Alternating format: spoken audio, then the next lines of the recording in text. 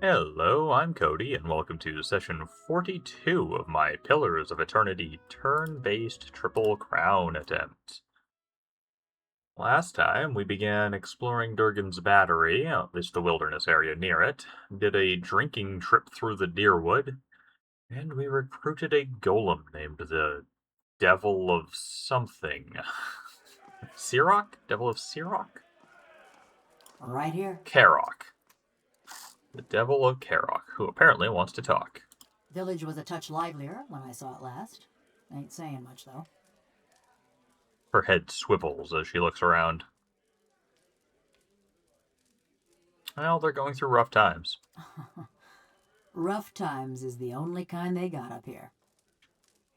Why did you want to come back anyway? Anything's better than Galvino's workshop. You ain't heard the old buzzard sing. She turns away again. Anyway, what about you? We seen lots coming through, trying to crack the battery, but no watchers.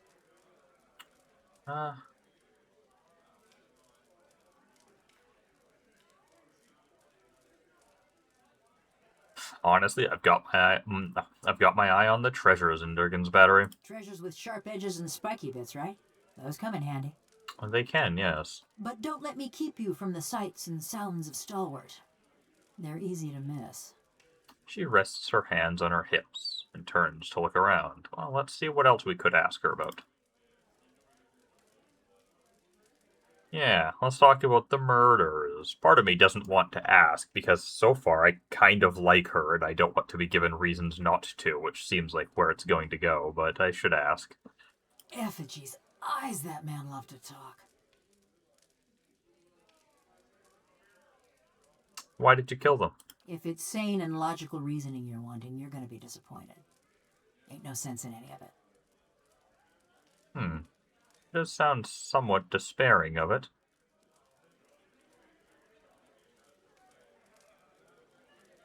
Maybe I believe, or want to believe, that there's something good in you. A soft hissing noise comes from the bronze golem. You recognize it as a sigh. Mayhap you've heard of Coldmore. Was a quiet, forgettable patch of the woods. Till a pack of rabid clodhoppers set it afire. The fingers of one hand twitch and click against one another in a pair of sudden, spastic motions. That was the start of the purges. Deer Woodens killing their own. What exactly happened in Coldmorn? A sudden burst of heat flares from her seams as her essence surges and boils. A farmer on the other side of the mountains woke up one day with his head all aflame and took it for the gibbering speech of his god. And so did a few thousand of his countrymen. So when he tired of Vorlus fields and marched west, a horde of armed Hicks followed. What do you mean? St. Widwin and his blazing crusade celebrated his coup in Raid Saris by invading the Deerwood. Most of his forces headed north to Halgot Citadel, but a lucky few thousand ventured through the mountains. Through Cold Morn. We let him pass. You were from Cold Morn? When I heard what happened out there after the war, I couldn't believe my ears. Fine line between couldn't and wouldn't.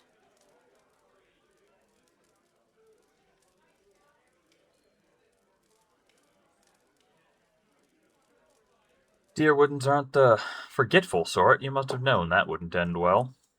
Maybe not, but the Raid Sarens had us clean beat in numbers. Even bumpkins like us figured that. Just look at Mercy Vale. They fought back, and now there ain't one stone standing atop another in the whole village.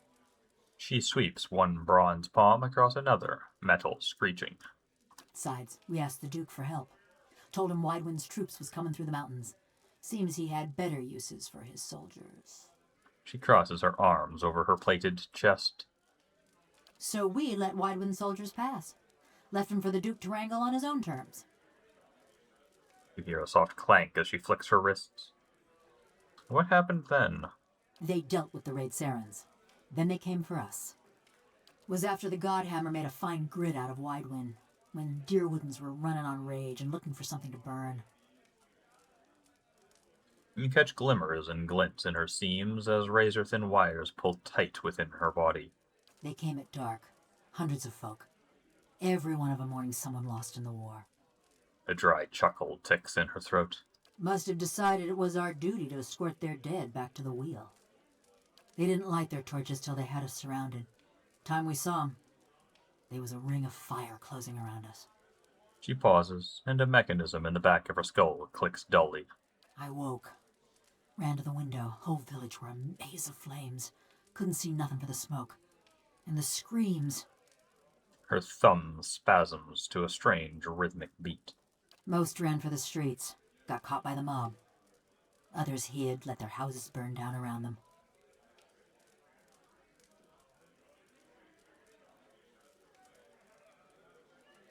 What did you have to do to survive? Ran, fought, hid, burned. Same as my neighbors and family. Just luckier. I'm so sorry, that's terrible. You're the only person in the Deerwood who thinks so. Me, I'm surprised the Duke didn't make our massacre a festival day. I mean, I feel like the one is going to be obvious, and that she hunted down the people responsible, but I guess I have to ask that or just stop the conversation. So what does that have to do with your crimes? Hunting down the men and women what took part. Thought that much was clear. I did too, but apparently the writer disagreed.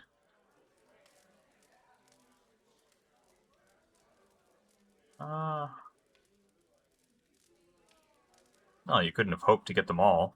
Well, we just gotta do our best with what time the gods give us, don't we? She barks with jangling laughter. And what exactly did you hope to accomplish? It were a mob that destroyed our village. But it was just one man that burned my family's house. Kept hoping I'd get to him as I was working my way through the rest of those maggots. No matter now, I suppose. A sigh rattles out of her bronze skull, but her essence whips and twitches as restless as a cat's tail.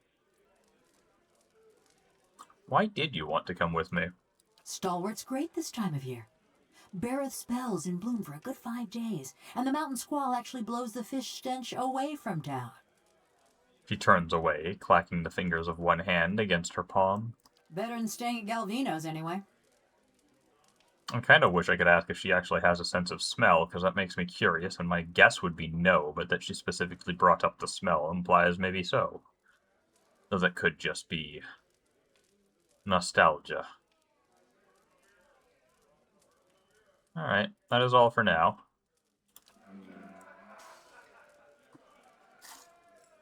Certainly.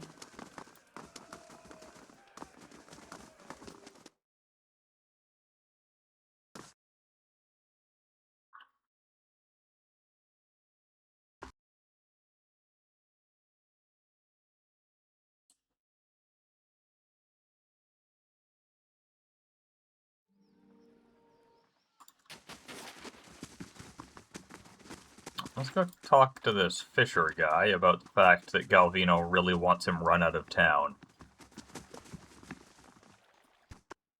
Or at least humiliated. I'm certainly not going to just, out him as a drug user. It's none of my goddamn business. But I've been asked to deal with it, so deal with it in my own way I shall. What are you doing here? Well, I spoke to Galvino. He mentioned something about you. I bet he did. He despised Stalwart when he lived among us, and all the more when we gave him the boot. Never knew the old man to stay silent, that's for sure. He wrinkles his nose, scowling at some old memory.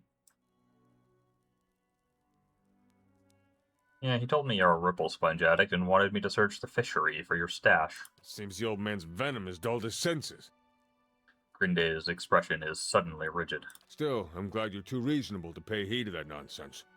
I mean, I suspect he's telling the truth, I just don't care. I'd hate to see the fishery torn apart by some gullible adventurer on one of his full errands. I'll see to it that there's nothing here for them to disturb. Alright. As you reach for Grinde's essence, you find yourself wrapped in the cold embrace of a snowstorm. You trudge through the snow, each step laborious to your numb feet. You keep your head down against the wind, and your back is bent under a heavy burden. Ahead of you is the frozen lake and the hole you made in it. Your feet crunch over the ice. You wait and secretly hope for the telltale crack beneath you. With the village distant and dark behind you, you would sink and none would know. At least that would free you of the heavy, churning feeling in your gut. Yet you reach the hole, and the ice is still steady under you. You heft the burden off your shoulders, cradling her in your arms. She's wrapped in nets and weighted with stones. You wish one of the priests of Andra were here with solemn words and the assurance of ceremony. Instead, you slip a bracelet off her wrist. Andra will have her body, and you will carry this reminder. You slide the bundle into the water and watch it sink. As it dwindles to nothing more than a dark stain beneath the ice, you feel a scratching in your throat and hear the wind moaning into your ear. I'm sorry. I'm sorry. I'm sorry. It takes you a moment to realize you are hearing your own voice muttering. You surface from the vision. Whatever it is, it has nothing to do with Durgan's battery. You got the look of someone with her teeth around a secret. Her cold fingers are locked around your arm. Her black eyes search you. I wouldn't call it a secret. It's more like a mysterious thing he doesn't like to talk about. He? Guess they didn't remember to record a second version of that line.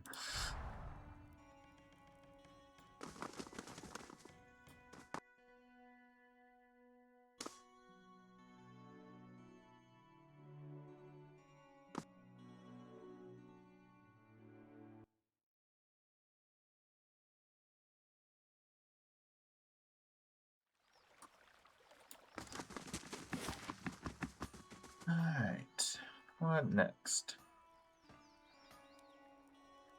Alright, so I guess we're just searching for... Oh. Yeah, if we're searching for people, this would be the most sensible. Taina's You're house. thinking about heading down, joining a caravan over to Dawning. Dawning? What for? You like your ogres bigger? We'd have work at least, and I'm damn sick of fish. Huh. I don't know what that's about, but... Yeah. The Taina seems like must be relevant in some way and wasn't when I was here last, so maybe her soul is the one that I need to analyze.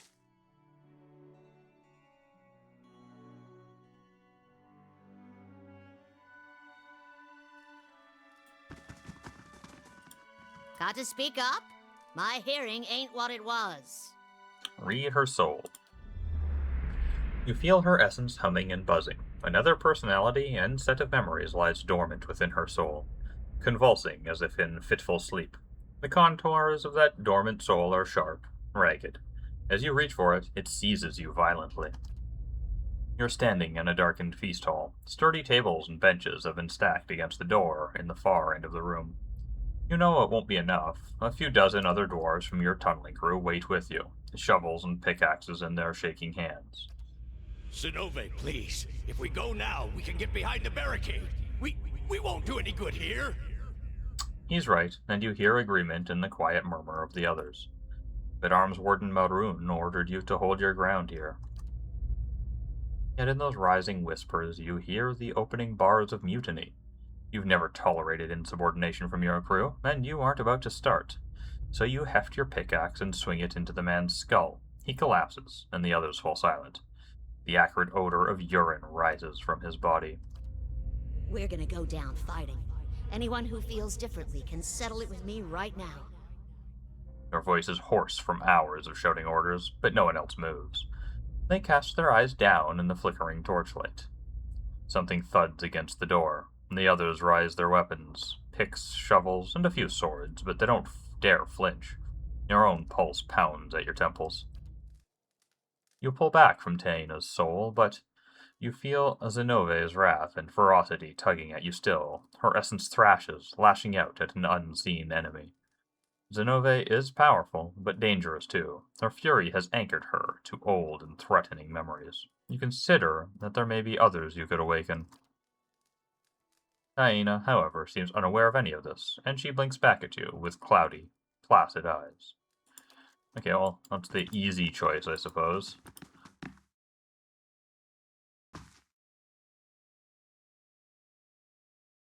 but not one I particularly like the idea of.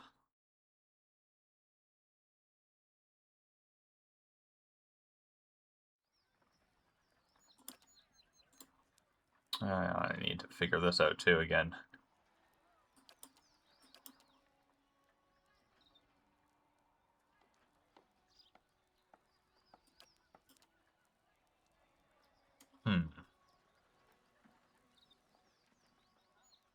So the Devil and Edar both have that escape ability. Edar from his cloak, she has it as a class skill. And of course, Menahe can just teleport pretty much right in the first round. So they don't need to be in the front as much. Maybe something like that? Yeah, I don't mind that.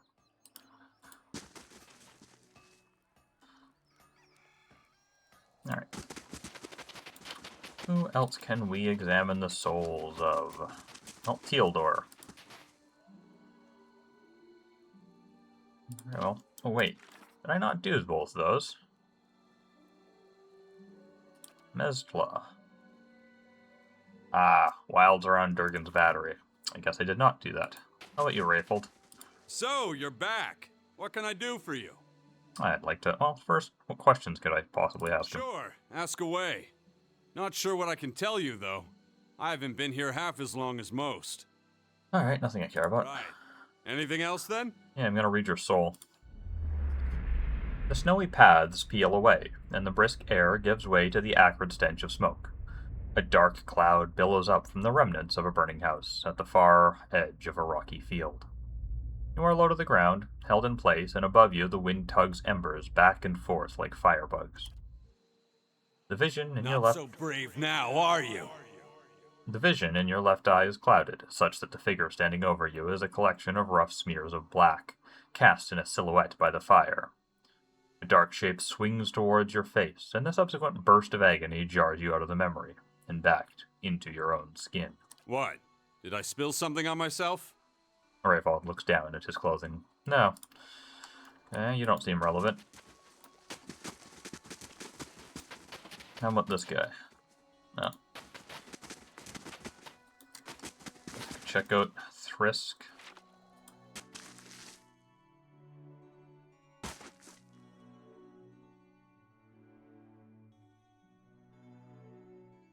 I get the feeling it'll be Wherein Guild and her son, or her son, I should say, that will be the other best options, but I don't know for sure. Welcome. Have a seat by the fire if the cold's gotten into your bones. Let us read his soul.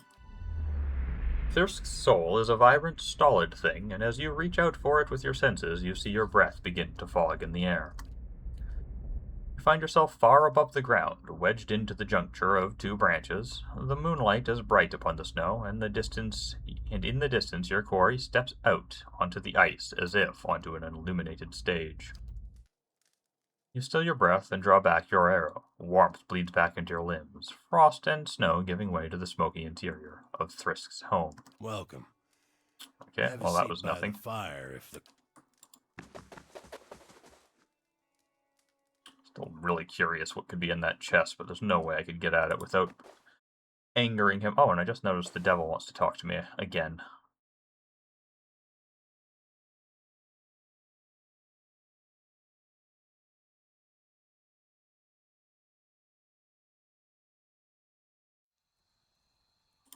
Didn't think there was anything more than lice and hoarfrost to these folk, but you had a look back there.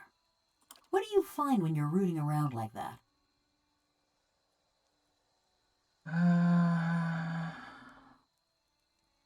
Largely things I'd rather not see.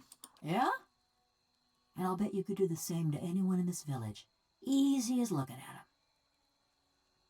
You seem rather interested in these villagers all of a sudden. Why is that? Mayhap I'm looking for someone. Woodcutter by the name of Harmka. And tell me why you wish to find Harmka. So I can kill him. Wrap my fingers around his throat till he's as cold as his wretched village. Her fingers tighten into fists, the metal squealing and rattling. He was one of 'em. The mob that destroyed Cold Morn. I tracked him to Stalwart years ago, but got caught before I could finish my business. Dark, iridescent whorls appear and fade on her chest plate. Heat ripples from her metal carapace.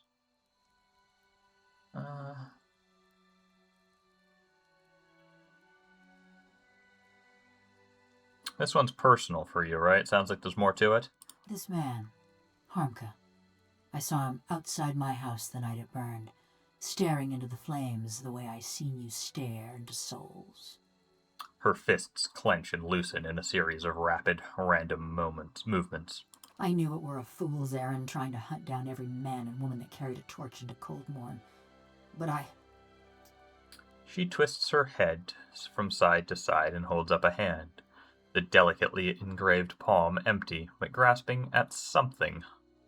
If I knew I got the one responsible for my kin and my hearth, I could rest easy. How can you be so sure about this Harmka fellow? I took a good long look that night. Ours was a little place with a yellow door right on the edge of town. He was there. She nods slowly. Besides, I asked around when I first got to Stalwart. Townsfolk said that all the woodcutters in town took part in the purge. Point of pride for them. A small plume of heat rises from a seam in her skull. Alrighty. What do you mean, what does this have to do? Why does the game keep making me ask stupid questions? Okay, what does this have to do with me? I told you he was part of the mob. I spotted him watching my house when it burned. But when we find him, I want to know if he's the one responsible for my home, my parents, and my brothers and sister. One of her thumbs rubs absently at a scratch on her hand. I never thought I'd have the chance to know for sure. But you could look into his soul and find out. You being a watcher and all. Finding out might be getting your hopes up. How would you feel about a solid hunch instead? I'll do what I can. Mighty fine of you. Mighty fine indeed. She nods again, her head bobbing along to a drowsy cadence. Don't know where he dallies these days, but someone in Stalwart could tell us. People from little villages, they always know. Alrighty.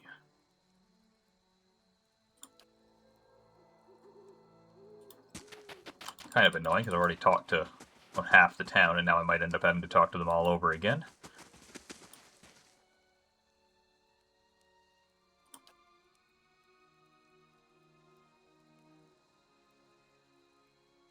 Yeah, this won't have anything new or interesting. Well, I know Caroc doesn't have a particularly good hat or belt. On this accuracy 1 week. Yeah.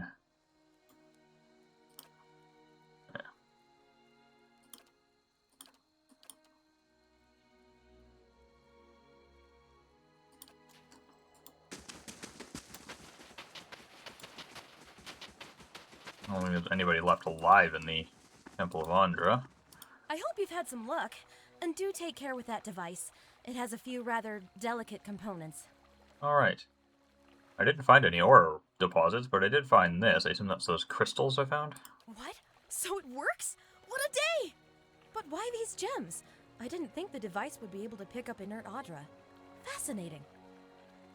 I have to study this further, but all the same, it worked! At last, a breakthrough! With that Audra to work from, I can refine the enchantments. We'll be digging up iron, gold, Audra, all of it! Hey, happy to help. This is going to change everything. Oh, and I won't leave you empty-handed, of course. Here, I had this set aside for supplies, but I don't think I'll be staying in Stalwart much longer. I won't forget all you've done for me. They'll hear about this back home, I promise you. Who knows? Perhaps they'll name the next battery after you.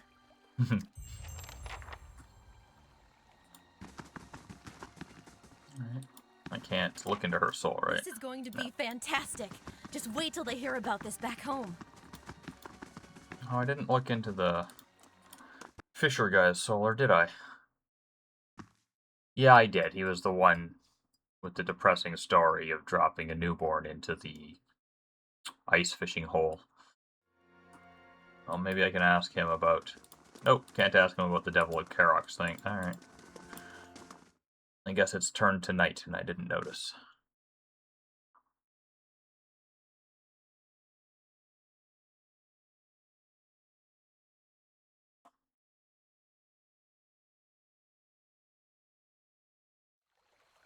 Yeah, it is night.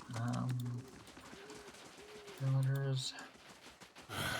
Feels like it's hardly worth putting the huts back up. Better than standing out here shivering.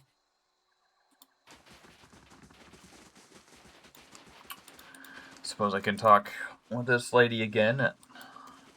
She could have something to do with the Devil of Caroc's hunt. And then it's on to Renengild and her son, because those are the only two people I have. Well, and people in the inn. I haven't talked to anybody in the inn. Got to speak up? Yeah. My hearing ain't... Did you say something, dear? No. Got to speak up? All right. Oh, though before I do that, there's a couple of things I keep telling myself I want to do and forgetting. Specifically, editing some of Kauna's chants.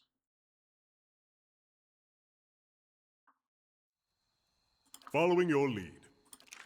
I really wanted to... I'm going to get rid of the damage, the raw damage, and add...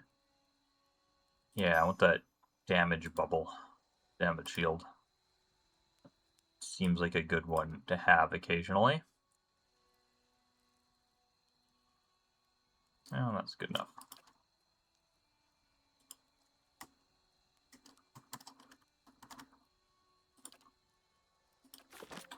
And I wanted to enchant her armor. As there's literally no reason not to. These exceptional enchants are still pretty cheap, although I am getting low on the sapphires. And I can't do this because I have absolutely no idea where I would get Adra dragon scales. I'm trying to find somebody that sells them for ages to no benefit. She could buy an attribute bonus pretty easily too. And there's really, again, no good reason not to, similarly with proofing. What would you want? Well, she's weak to lightning, so start with that. Let's give her lightning proof. Shock proof. And as far as attributes is concerned, I'm guessing Dex. She has one from an item, one from an item. None from an item. I could go with Might. Perception just has that one from a footpad's hood. That's tough, because if I find a better hat, and then I would suddenly not like, what am I trying to say? I want perception. Perception's what I'm leaning towards, but I know I've got items that do that. I just don't know where they are. I don't want to shuffle all of my gear around to find them.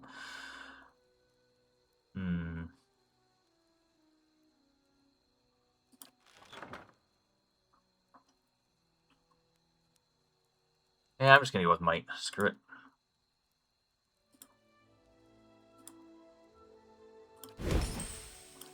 There we go.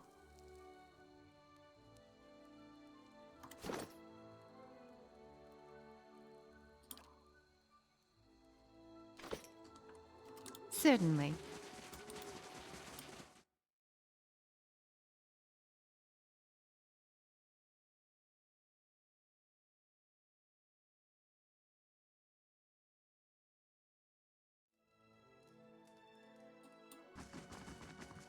I take it you've met Galvino. Renengild glances at the Devil of Caroc, her eyes narrowing.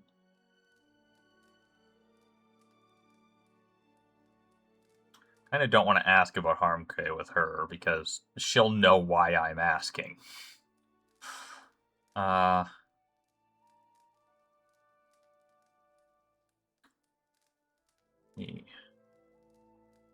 Guess let's just look at her soul, see what happens. Your awareness settles beneath Renengild's skin. You feel yourself looking through her eyes upon a time-faded memory. You're standing in the inn. The room is stifling, but it's the body heat of so many furious villagers, not the neglected fire pit that's drawn sweat from your pores. Your husband waits by the door, about as far as he can get from the assembly. He holds Aldrich, whose cheeks are bright as he watches the adults bicker with wide, fearful eyes. You'd never realized how badly your neighbors stink, that something rank and repulsive rises from them as they pack together in this room. How much did the old snake pay you, Sinahiod? It's Grinde, the head fisherman, jabbing a furious finger toward the back of the room. Sinahiod, your erstwhile mayor, squirms in a corner, pinned by the accusing stares of the entire village. Oh, those eyes. They're cruel, porcine eyes, and they're watching Cineheod with a dumb gluttony of hogs staring at fodder. The only sight that turns your stomach more is Cineheod himself trying to wriggle free of his own lies. Maestro Galvino and I came to an agreement. It was for the good of Stalwart. I thought... You thought you'd let a killer walk among us? Cries of fierce agreement rise from the others.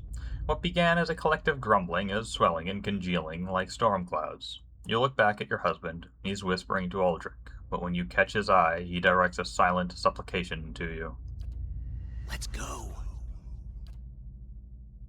A wet smack draws your attention back to the other end of the room.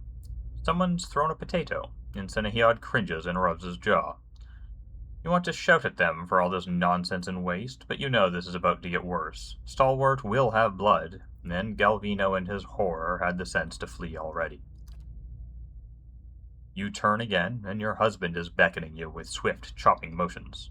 But what stops your breath is Aldrich. His little eyes are fixed on the churning mob, and you knew ever since you started hearing about those hideous purges that he'd see something like this one day. But did it have to be so soon? It's what drove that devil woman to madness, and now his little eyes have gotten big enough to swallow the whole scene, and now he's seeing you as part of it. You want to leave now, but if you do, this is what your boy will remember. Cowardice and madness. About people, about Stalwart, about you. The people around you jostle and bark in their rage. They're dangerous animals, but animals nonetheless. They just need to be led. So you push your way to the end of the room, where Cineheod trembles in a puddle of his own piss. Enough. Your voice boils up from your throat. The others fall silent, watching you. They listen, dumbly trusting, as you turn Cineheod's death sentence into an exile. No one contradicts you when you explain that he's going to march out of this village alone and into whatever miserable hamlet will have him. They silently agree when you explain that their hands are too clean for the likes of him. But there's something else forming behind their eyes, a kernel of trust and dependence. You feel it curdling around you, encasing you like a pearl does sand. You only wanted to spare Cineheod's life, not volunteer for his job, but you see so much fear simmering just beneath their expressions. Fear at God men marching through the mountains, at Deerwoodens and their purges, at dying the slow and lonely death of a ghost town.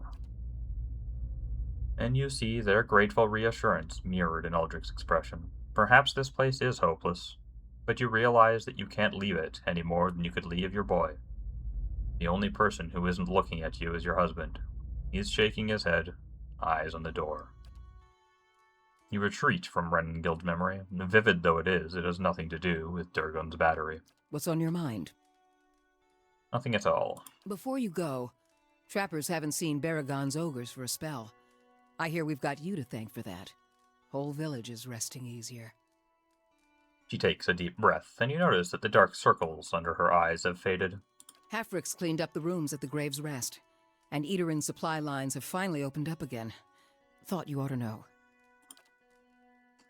I did, but thank you. I sure hope you were right about killing Baragon. Because when you leave us for milder lands, it's us our kin will come after. He folds his eyes and looks at you with tired, doubting eyes. Where do you fold your eyes? What a bizarre turn of phrase.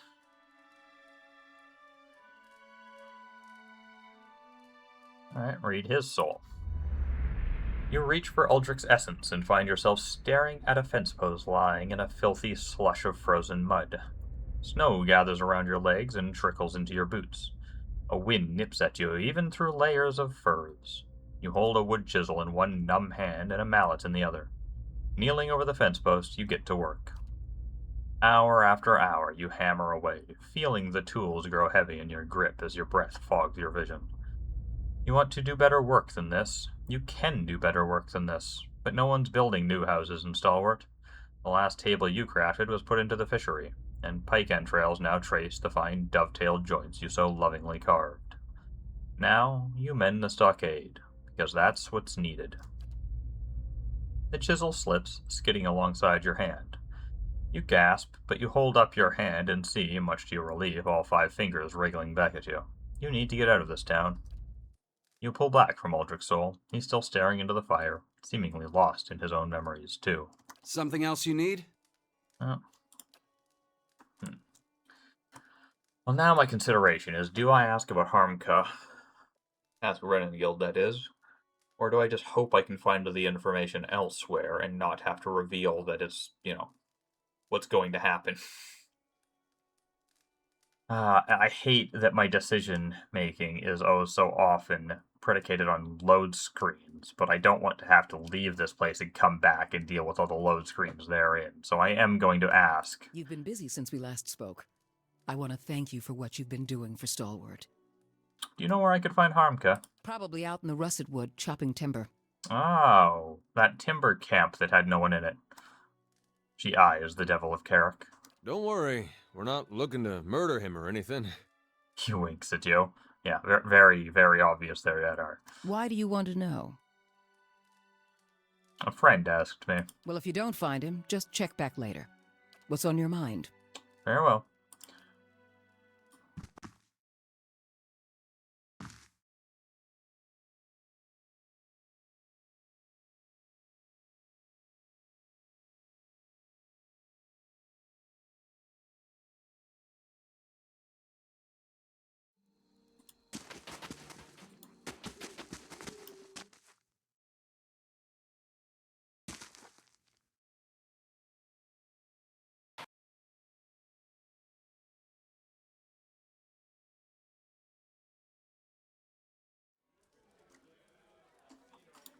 Okay, let's see. Who all do we have in here? Oh. I'll see what's ahead. Oh, winner. Something I can do for you? Halfrick's got me straightening the rooms, but I'll help you if I can. I'm gonna read your soul. You feel for Owina's essence and almost instantly find yourself wrapped in darkness. It takes you a moment to realize that you've plunged into a very old memory. But as your eyes adjust to the torchlight, you find yourself standing in a gloomy tunnel that you instinctively recognize as part of Durgan's battery. Handful of figures in patchy cloaks and hoods, dwarves like you, hunch over a minecart. They're loading it with cloth-wrapped bundles from which you see the occasional flash of metal, the edge of a blade, or the burnished glow of a plate. The other dwarves scurry with curious mixture of haste and caution. They stack the bundles in a din of muted clangs and thumps, following the echoes of their ruckus down the tunnel with the nervous eyes. Pay attention.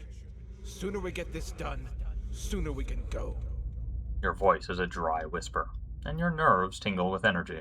You feel the same apprehension that the others do, but unlike them, you relish it. Still, you look over your shoulder, just in case. We're hurrying, Captain Gregor. Honest. When you turn back, the others have redoubled their efforts, and you feel a pleasurable twist in your gut as they fill the cart.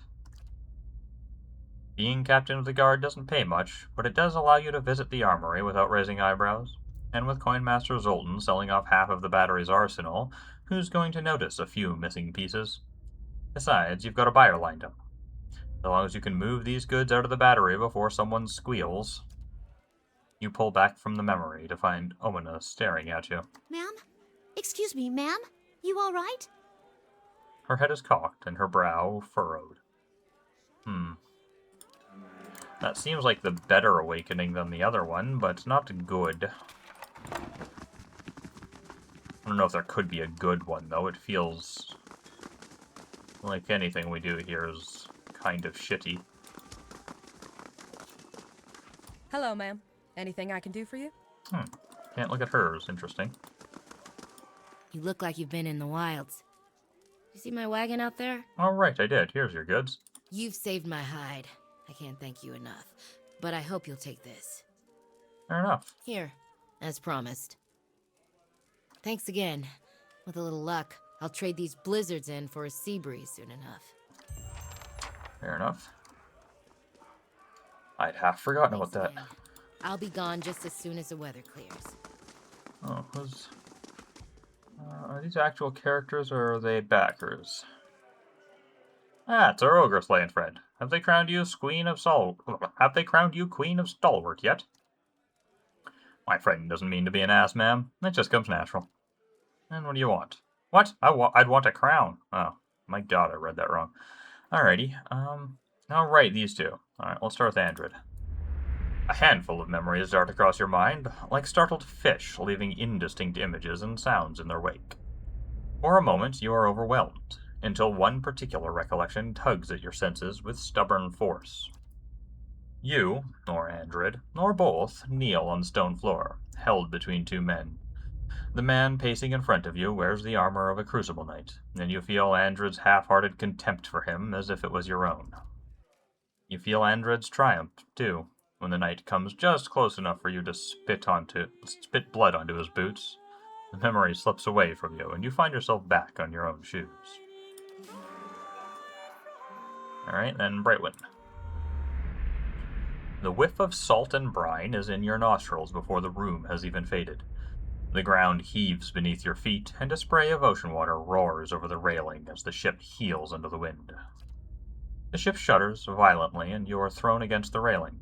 In that moment, you find your gaze pulled to the pitching surface of the dark sea, and see there an eye, broad as a shield, gazing back at you in turn. Fear and fascination sweep through your mind, even as your senses recede and the memory fades.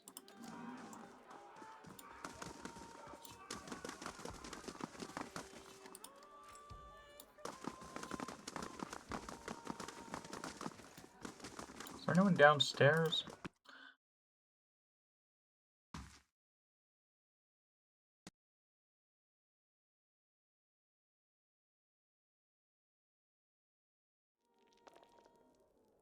Ah, yes. What can I do for you, Ogre Slayer? Fancy a roll of the dice? No, but I will read your soul. For a moment, your senses are overwhelmed. There are fumbling hands at your belt and your own low laughter in your ears. Your shoulder is jammed up against the cabinet, and it rattles every time Brightwin leans down to kiss you. There's a sedate pleasure in the memory, but nothing in it has much to do with the battery. Alright. Well, good for them. And I think it's just the innkeeper left of the denizens of Stalwart that I haven't read. That actually have names, at least.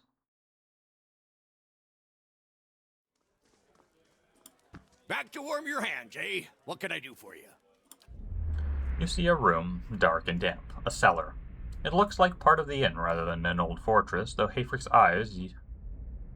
through Hayfrick's eyes, you admires rows of gleaming bottles recently dusted and polished.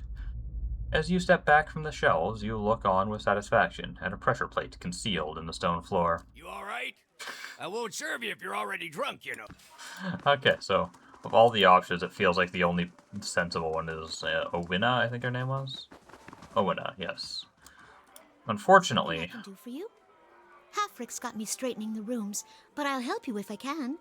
I really wish I could ask her. If I could be like, hey, are you okay with me awakening you? Who? I don't... Her face goes slack, and she looks for a second as if she's fallen asleep. But her eyelids flutter, and after several seconds they open to slits. Thief? I'm the captain of the guard. Best be careful where you sling an accusation like that. Relax, Gregor. I was hoping we could work together. We're of one mind, then. However, I like to see offers on the table before I deal. What would you give me? Oh, don't like any of these. I kind of thought she was still mentally back in the past or something, and I was going to, like, pretend I was going to buy one of her stolen shipments and get the Cantic that way. Look around. You're in no position to make demands. I see.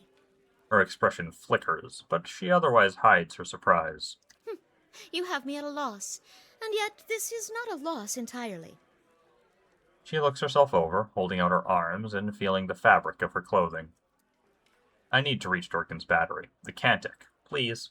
Hammers of Durgan, ring loud. May the anvil's deep music resound. Walls of the battery safeguard our works from marauder and wilder alike. Abidun's faithful travail by the forge, and the fires that brighten the ore. If anyone asks, you didn't hear it from me. Got that? Now. When it doubles over, sneezing hard enough to scatter dust across the floor. She looks back up at you, wiping at her watering eyes. Beg your pardon for going on so. I got carried away and... She stops, blinking. What was that I said? About hammers and fires and... Her eyes grow wide and round. You're awakened. You share the soul of a guard captain from Durgan's battery. You must be joking. How could that happen? His soul reincarnated whole within you, sometimes. Awakenings result. I can't be awakened. That means... She takes a step back, covering her mouth with her hand. Ponderous tides, I'm stuck with him. Her body goes rigid, every muscle tensing. She stands there, frozen in shock, until a sly look warms her eyes. A thaw creeps down her shoulders and torso until at last she speaks again, her voice as smooth as oil. It's not all bad, Owena. Way I see it, you and me can make some deals. To our mutual benefit.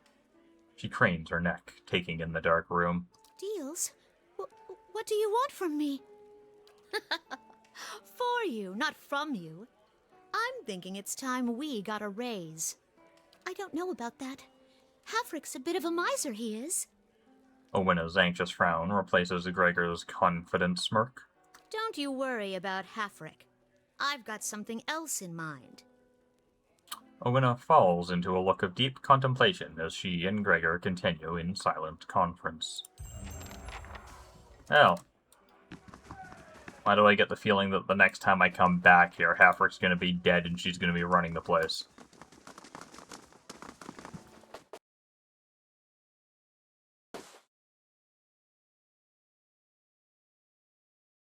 Unfortunately, that does not appear to have solved the poem from the sword, or S-Dock, that Manahe is wielding. Tell me. Really thought the, awaken your first essence so that you may atone bit might be just that, but... The whirling agent made of copper, Adra stone. What on earth could that mean? God, I hate wordplay. Certainly. Especially in the context of a video game, because you can find a correct answer, but if it's not the exact correct answer that the developer was thinking of, it does you no good.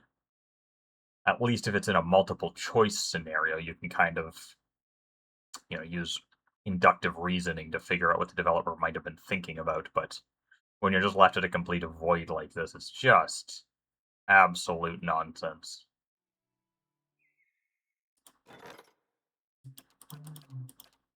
Let's see. Fellows of St. Weidman has arrived seeking employment. He was nearly set upon by brigands on the road, as usual.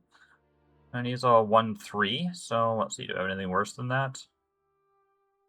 A 0-2 is definitely worse than a 1-3. So, Maneha, I just... You handle yourself very well on the field. Why, wait. Are you flirting with me? I know I'm a little young, but I've always been a quick study. And I've always preferred women. I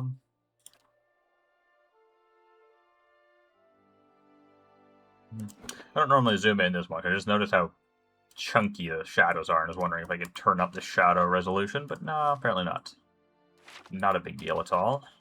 What? If I could have, I would have.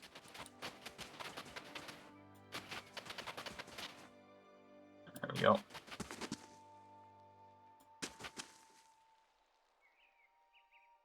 I'm ready. It's him, Harmka. I remember that weak chin and those knobbly knees. She stops, staring motionless at the figures among the trees. Weak chin and knobbly knees? Can't be too many people matching that description. How goes? The elven man emerges into the clearing and freezes, staring at the Devil of Caroc. For an elf, he's tall and rangy, with a weather-beaten face beneath stringy, greasy hair. The others with him turn, glaring and gaping at the bronze golem. Oroc's shadow! What's that wicked thing doing here? Harmke swallows a lump, bobbing in his neck. Harmke swallows, a lump bobbing in his neck.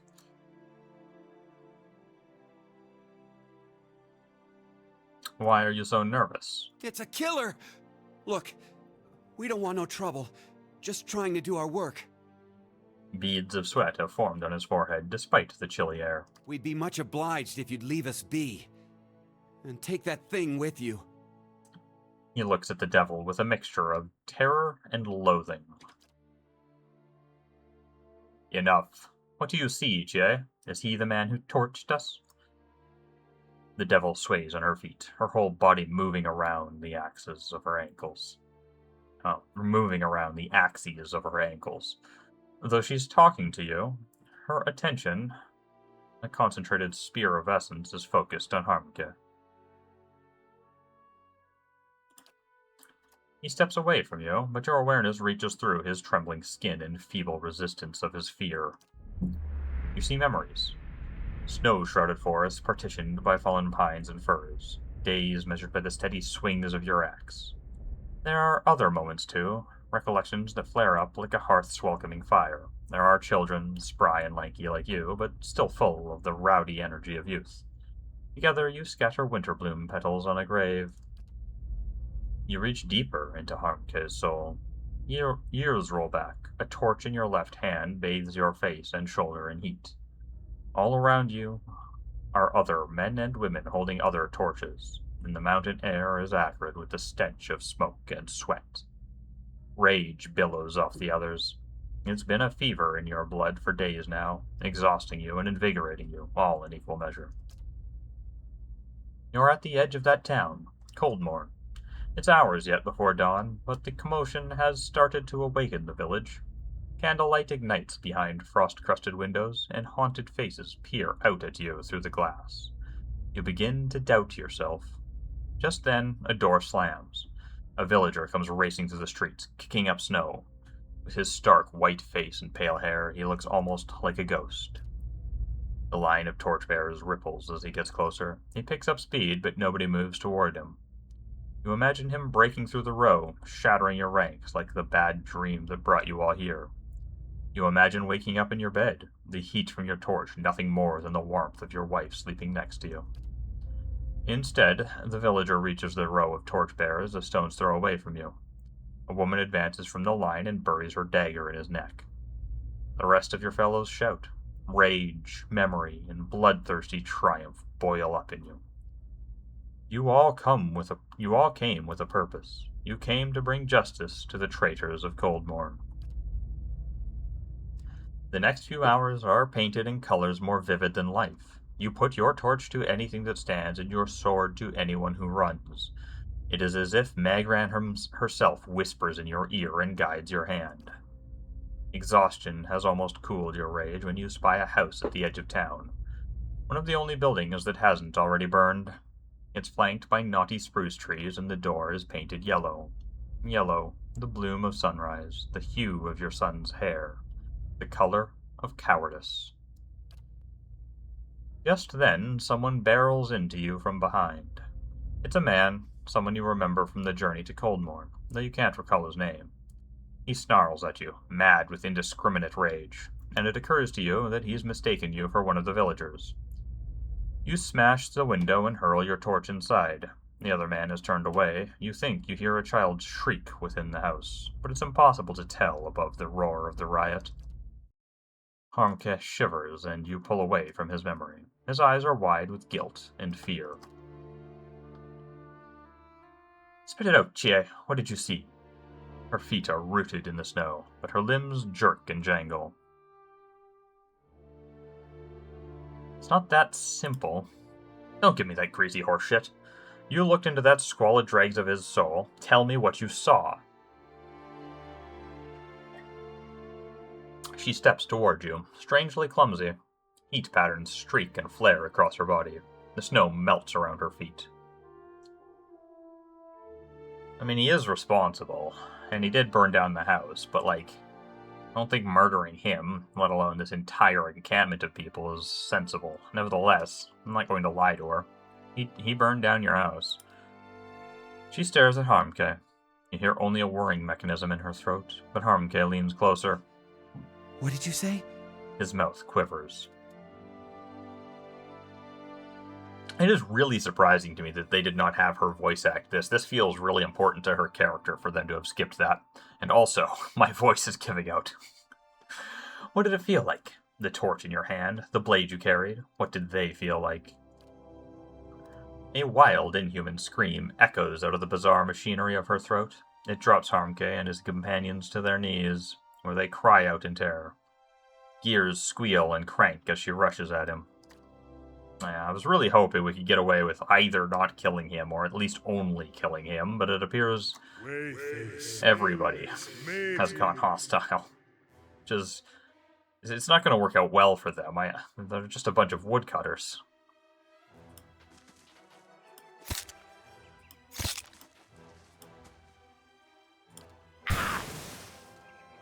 Okay, they're more durable than I had anticipated. I thought that was going to kill them all. They don't seem to do damage, though.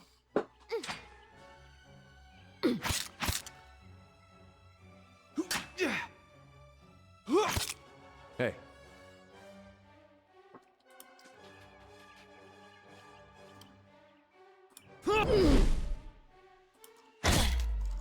Uh-huh.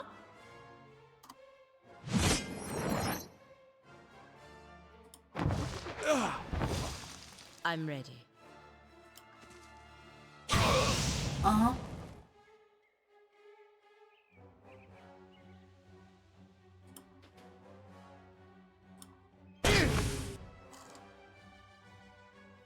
Well, that's less damage than I was expecting out of her. Not terrible, though.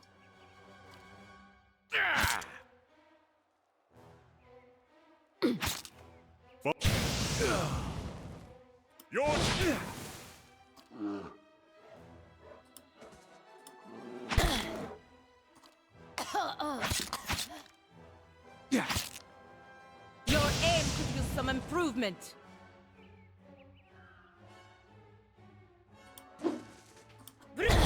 I'm here.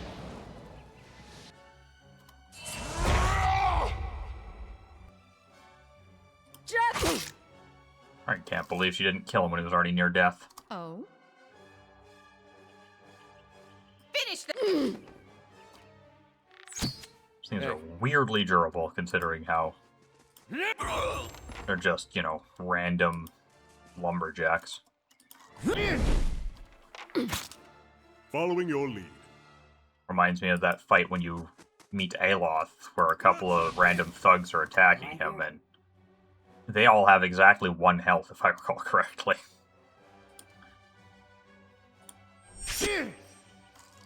Uh-huh. Just... Hmm?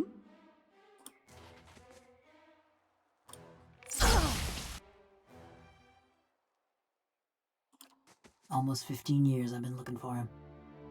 She stares ahead as you approach, the ink-black marbles of her eyes fixed on some distant point.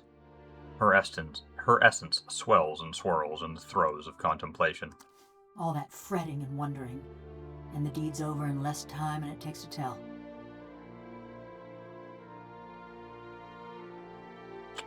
Well, I mean, I hope Harmke's death has brought you peace. Peace. Now there's a funny word for it. I killed a lot of folk in my time. Felt their blood slick in my hands, smelled their flesh as it burned. She holds her hands in front of herself as they twitch and spasm. And I always used to imagine what it would be like to have Harmke under my knife, feeling his breath come hot and fast, smelling the fear ooze out of him. Say nothing. Couldn't feel a thing. His fading pulse weren't no more than a powder of rain to me. She shrugs, letting her arms clatter to her sides.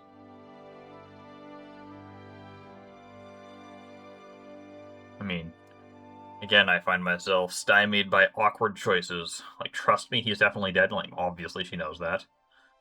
Can't you just pretend? What an asinine thing to say. That's anticlimactic. Kind of true, but it feels like the writer talking about his own writing. And what do you mean? I mean, I know precisely what she means. More just, yeah, I get where you're coming from, but shit is what it is the sort of option I want. Well, what do you mean? This body, it weren't made for feeling. Gouging my fingers into Harmka's wasting flesh, his screams just buzzing in my skull. She flexes and unflexes her fingers in a few lightning-quick motions. All it did was remind me. Again, I know of what. Why does the game keep making me ask stupid questions? That this is a madman's fever dream. Like a prison. But no, because in a prison, you lay your head down and you feel the straw soft beneath you. Your flesh prickling in the cold, black bread crumbling on your tongue. She turns her arms in front of her, examining the scroll work on the backs of her hands with horror and wonder.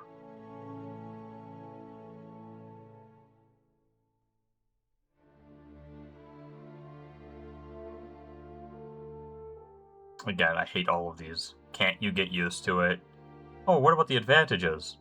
It ain't that bad. Hey, you're lucky to not have to feel. Or, yeah, that's awful. I mean, that last one's probably the best. I don't like any of them. Well, maybe the bringing up the strengths. Or just, you know, I'm sorry for your suffering would be the way I'd go, which I guess the fifth one's the closest to. You're right, that sounds awful. I still dream I'm folk. I wake up some mornings wondering why I can't feel the floor beneath me, thinking I must have fallen and gone crippled. But then I lift my head, see a bronze corpse stretching out in front of me. She lowers her head. A tremble runs through her.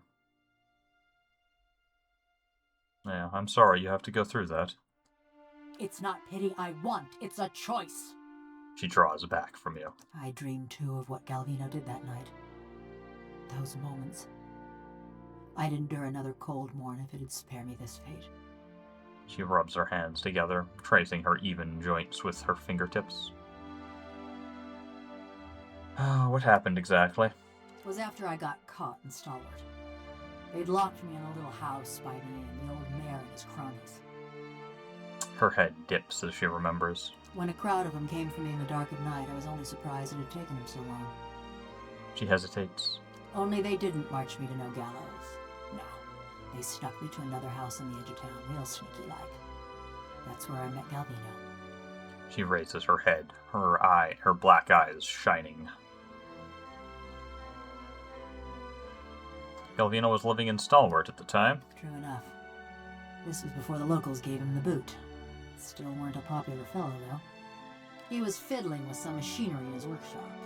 Had his sleeves rolled up even though it was cold enough to see your breath. Never actually looked at me until he started fitting some copper helmet over my head. By that time, the mayor's goons had me trussed up good and tight. Galvino was having himself a grand time barking orders at that lot. I think I see where this is going. So while Galvino's fastening that helmet over my head and them copper bands around my arms, I'm starting to look at his contraption. And that's when I see it. Her black eyes are fixed on some indefinable point. Her essence dims. It's this metal suit strapped into the machine just like me. A cold, dead-eyed thing, all done up with fancy carvings and such. She shivers, her joints chittering. Did you know what they intended? I had this terrible cold feeling in my gut, but I still couldn't figure. She shakes her head. I start asking Galvino and the rest of them what's going on, but they're too busy to answer. Then suddenly, they're waiting, staring at me with that fixed, horrified look, but they ain't watching me. They're watching for something to happen. Her eyes flicker, rolling and scraping behind her face. Galvino tells the woman nearest the machine to flip the handle. And then, just pain. Being torn apart every which way, feeling my soul peeled from my body. Her limbs twitch and shudder. She pauses, waiting for her body to fall still. By the time I came to, I couldn't feel a thing.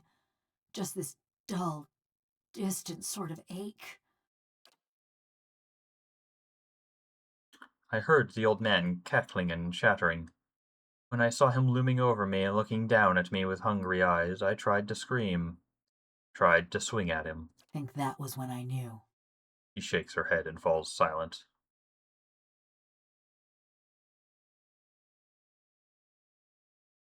And that's how you ended up here. Sure enough, and how Galvino ended up in that little shack. The rest of Stalwart didn't take kindly to having a killer in their midst, nor to seeing their mayor and the Ornery Valians strike a secret deal. They drove Galvino out, destroyed a fortune in machinery, and wrote a letter to the Academy in Salona, ruining what was left of his name. Still, he's lucky he didn't get a pelting. The old mayor fled too, and Stalwart's been as snug and cheery as ever. Now that we've dealt with Harmke, why have you stuck around? You're better company than Galvino. She says it in an offhand, teasing fashion, but she looks away from you, fidgeting with a rivet. Been a while since I were out in the world. Guess I'm keen on seeing more of it, even if I'm stuck with a bleeding heart. Anyways, I've been wondering about that fortress. She looks away again, flexing a wrist joint. Yeah, Durgan's a battery, what about it? She's quiet, fixated on her squeaking joint. Near everyone thinks it'll have just the thing they need. She takes a list off on her clicking fingers. Those villagers wanted to fix up their brook downtown. Galvino always thought it carried some great secret of animancin', and all them adventurers came looking for fancy gear. Could be any of those things. No. What were you hoping to find? I don't know. Something to help me feel. Or forget. Effigy's eyes, maybe just something new. The tips of her metal fingers clacked together. I just figured, with those dwarves being expert smiths and all, maybe they had something to unmake me. Put me back into my body. Oh, I mean, I doubt that's possible. Your body's decayed by now. I know, it were just a passing fancy. She turns away, her essence buzzing with agitation. All right.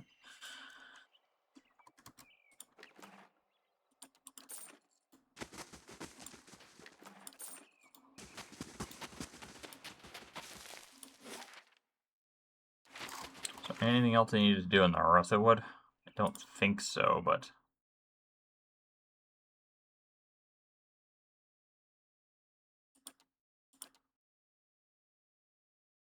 Alright, I'm still looking for a piece of that helm. I found the one that was in the village. I guess while I'm here, I can go analyze this, see if anything I've found does anything, but I doubt it. Examine, touch.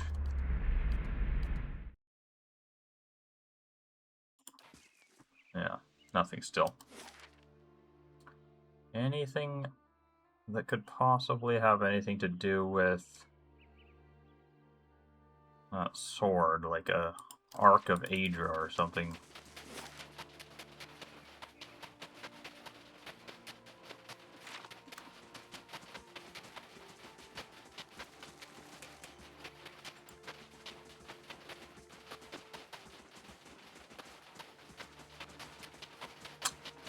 Well, oh wait, what's going on here?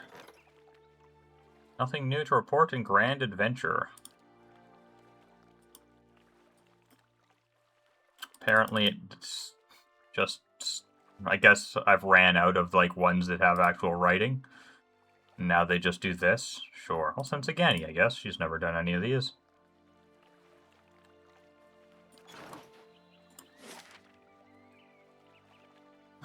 Alright, back up to the battery.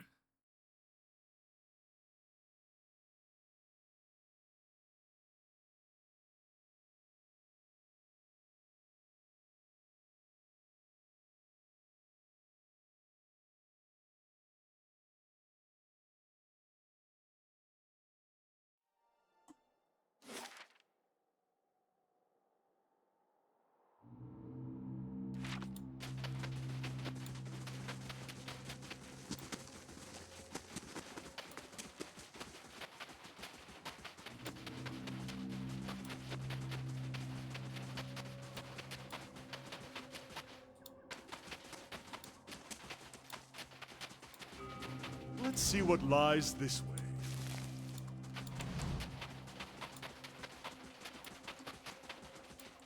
Let's see what lies this way. Shh.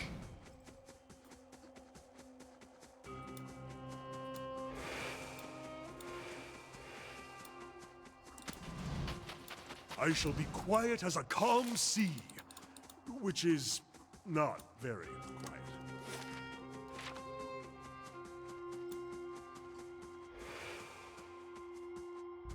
That caravan must have had a half-ton of steel. Coinmaster Zoltan's finally getting his way. For now, the other commandants will have his head.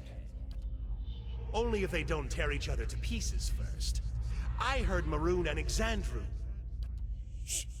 Last thing I want is to get on Maroon's bad side. Fine, just say the words then. I'm getting hoarse.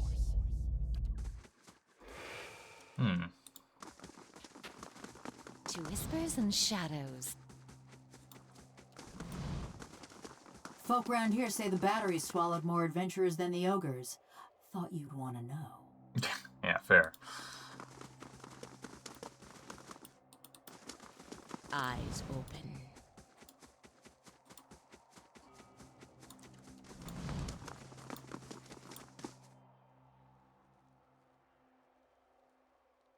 Though the wind and the ice have pried long, jagged cracks in the walls, the doors feel as solid and as cold as a glacier. Gilded panels are arranged in columns along the doors, though most depict scenes from daily life, dwarves chiseling at tunnel walls, hauling mine carts, or feasting at long tables. One pane at eye level catches your attention. It's a relief showing a crenellated wall, and above it an indentation in the shape of an anvil.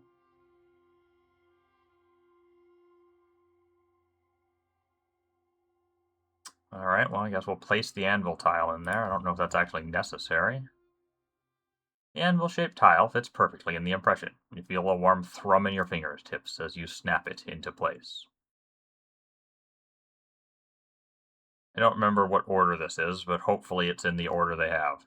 Hammers of Durgan ring aloud. May the anvil's deep music resound. Distantly, you hear the melodic chime of metal on metal in the low chorus of a work song. Guess push 1?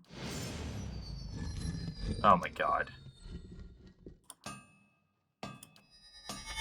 As you do, a single ringing tone whistles through the air. Your hand buzzes and vibrates like struck metal. When you look back at the relief, the panels on either side of the wall and anvil have come alive. Ogres and warriors of all races gather for battle, their shapes and silhouettes formed by flaring horrid heat patterns.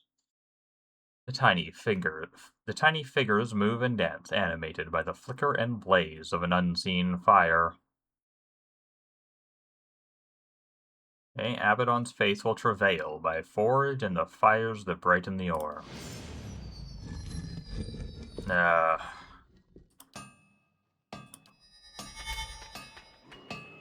it'll have to be walls of the battery safeguard our works from Marauder and Wilder alike.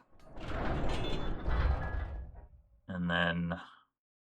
oh my god, I don't know. Why would you make this weird trial... like, maybe it's not trial and error, maybe there's a way to figure it out more sensibly, but it feels like a trial and error puzzle to me at the moment. Let's push the wall relief. Okay. And then last, Abaddon's faithful travail by the forge and the fires that brighten the ore.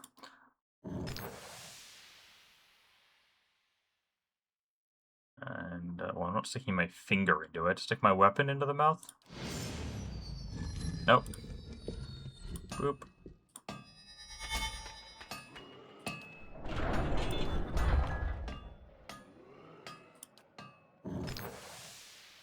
Examine the mouth more closely. The heat billowing from the mouth prevents you from getting too close, but the rim of the cavity and the tiny teeth surrounding it are blackened with soot. You accidentally inhale some of the vapor. It's odorless, but it leaves you lightheaded.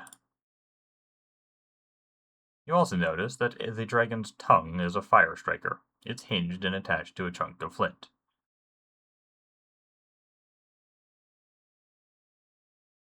I guess we'll light a fire in the mouth with my torch. Fire catches the warm vapor with a billowing whoosh. The dragon's eyes are alight, and flames lick at the edges of the mouth. A few seconds later, the panel is sliding away from you as the two enormous doors swing open into a grand hall. Hey, an achievement for opening the sealed doors of Durgan's battery.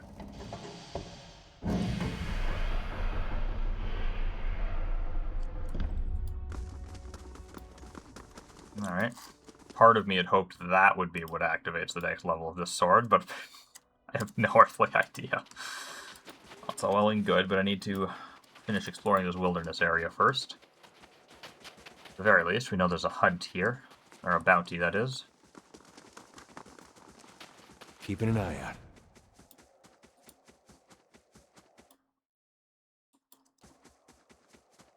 Ah, that's the one.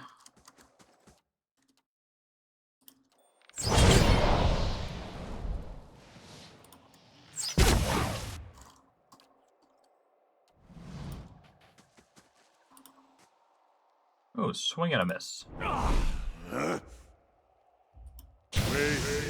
Your turn!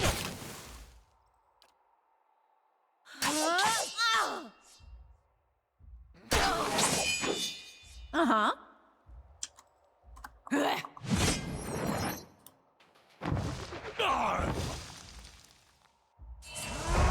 I'm ready. Right here. This isn't even a situation of the music is really quiet. This is just there's plain no music as far as I can tell. That is odd.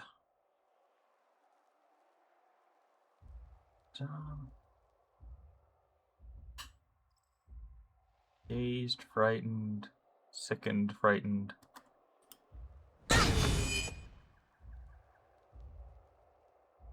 Yeah, only 25. She's hitting way lower than I would have anticipated.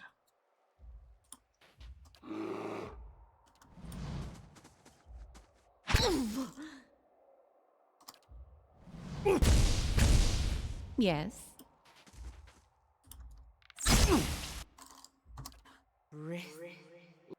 As one! I'm ready.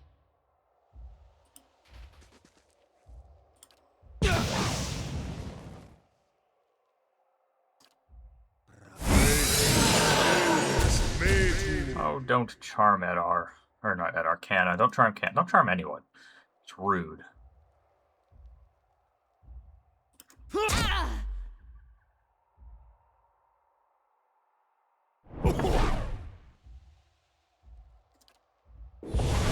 Oh, that killed Canna. Okay.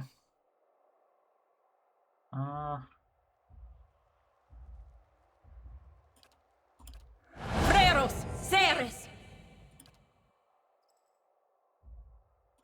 Freros, Ceres.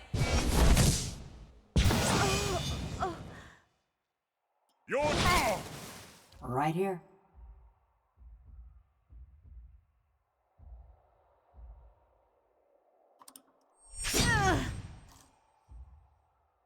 Oh?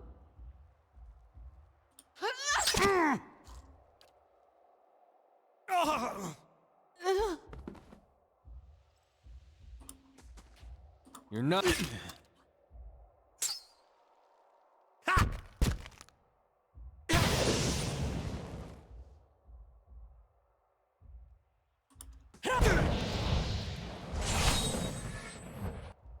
Lava. Uh-huh. Just like... Oh? Uh-huh. You're mine!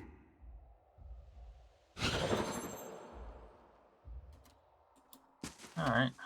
Oh, they wrecked Canna, but other than that, that was fairly easy. Unique Flail. Forgotten Tears of the Beloved. Raises to hits. Daze on hit or crit. Grants a couple of spells once and twice per rest.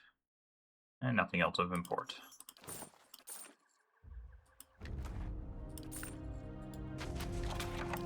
Ah, there's some music. in the trampled, bloody slush around this toppled wagon, you spy tracks leading back south along the path.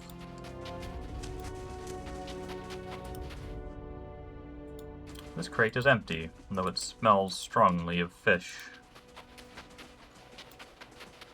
Hello? Hello?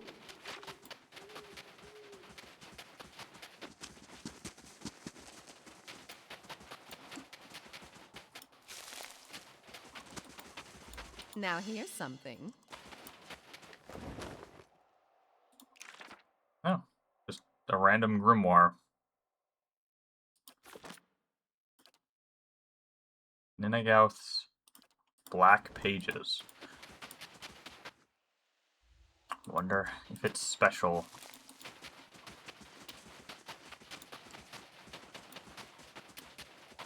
Lifting up a corner of the tarp reveals a jumble of rusted metal alongside firewood.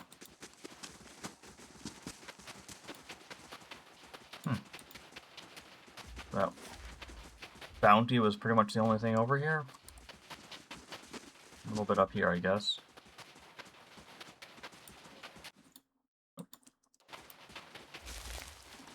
Keeping an eye on. Oh? Spot on!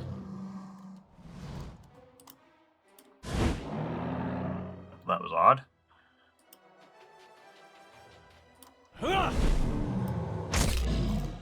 Following your lead.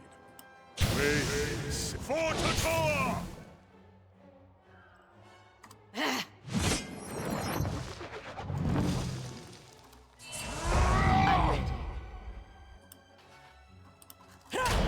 Right here. Okay, so she's in stealth. So this should do a large amount of damage. 65. Yeah, sneak attack, death blow. That's still less than I had anticipated. Weird. Maybe I should make her use an arquebus. If I had a good one. I don't think there are any good arquebuses in this game, though.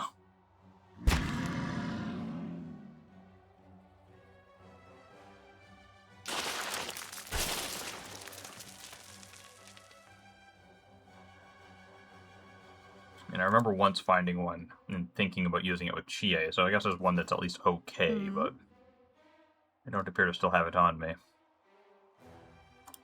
Spot on! Tell me!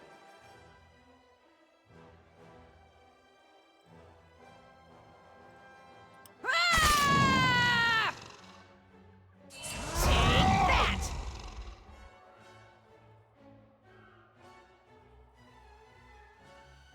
Following your lead.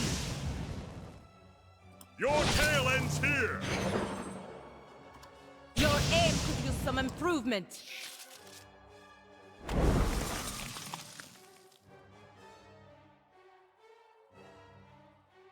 Hey. Uh-huh. Well, that one's dead.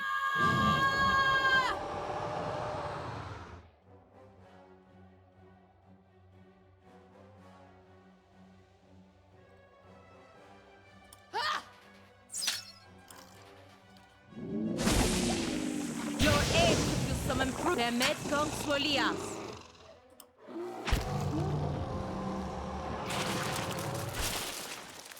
Yes. Hey. Lead the way. Uh-huh. 80, there we go, that's a hit.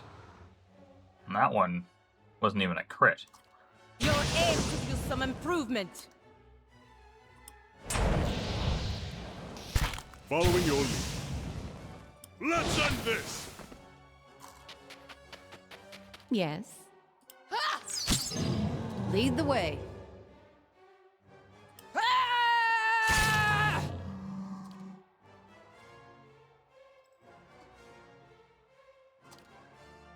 Oh, it's not letting me end Menahe's turn here. again. Oh, there it goes. I think it's these young ice beetles. They seem to glitch out turns.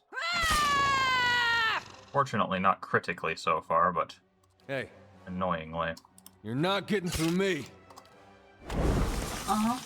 Well, maybe I'm wrong. I have no idea what had happened with last time I did it.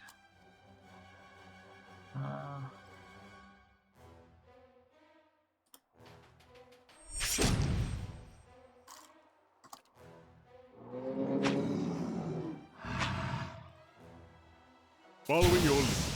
I just know the beetles like to take their time ending their turn a lot of the times. 118. Phenomenal. Oh?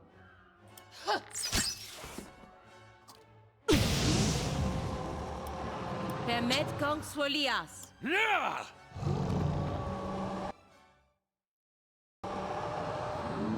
Yes. Spot on! Do not like the way these ice trolls work. It's probably less awkward in real time with pause, but... Oh, an entrance of some sort. Battery watchtower.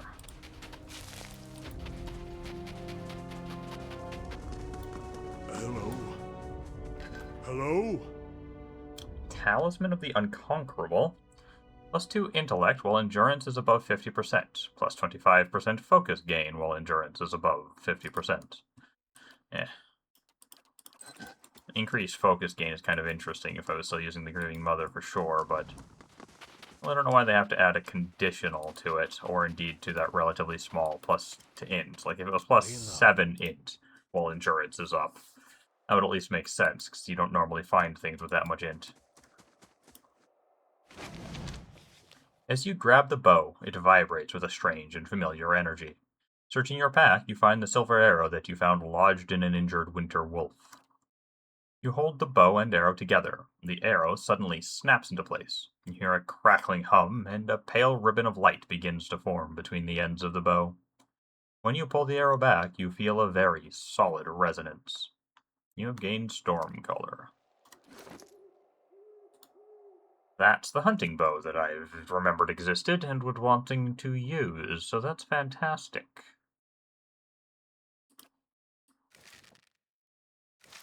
There we go. My attack is now lightning or pierce. It goes down by 2, which is interesting. You have a base of 18 to 25. You have a base of 16 to 14, though you do have one more range. Yes, of course I want it bound to Chie. Alright, deal 250 shock damage with Stormcolor to unlock the next level. Interesting. That could be a pain since, you know, it deals shock / pierce, so anything that's resistant to shock, you'll simply only deal pierce to, if I understand it correctly. Although this -6 damage reduction shock for one turn does mean if she gets multiple hits off on the same target, it should most of the time mean that shock is better on the second turn. Still, it'll certainly go faster than the vast, vast majority of these soulbound items have. I only wish I came here earlier in this DLC rather than putting it off to the very end. Would have been nice to have that for a lot of the stuff we've already done. Could have started leveling it up. Oh. What is this? Oh, perfect. I was going to rest anyways.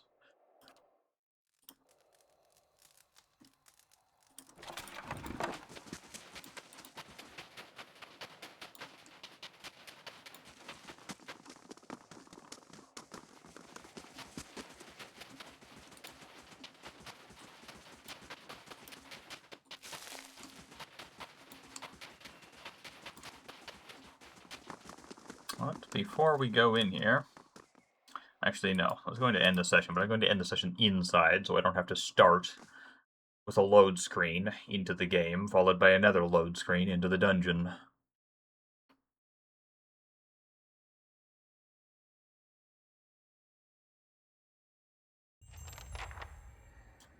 You sense the presence of one of the other pieces of Garod's helm nearby. That's good.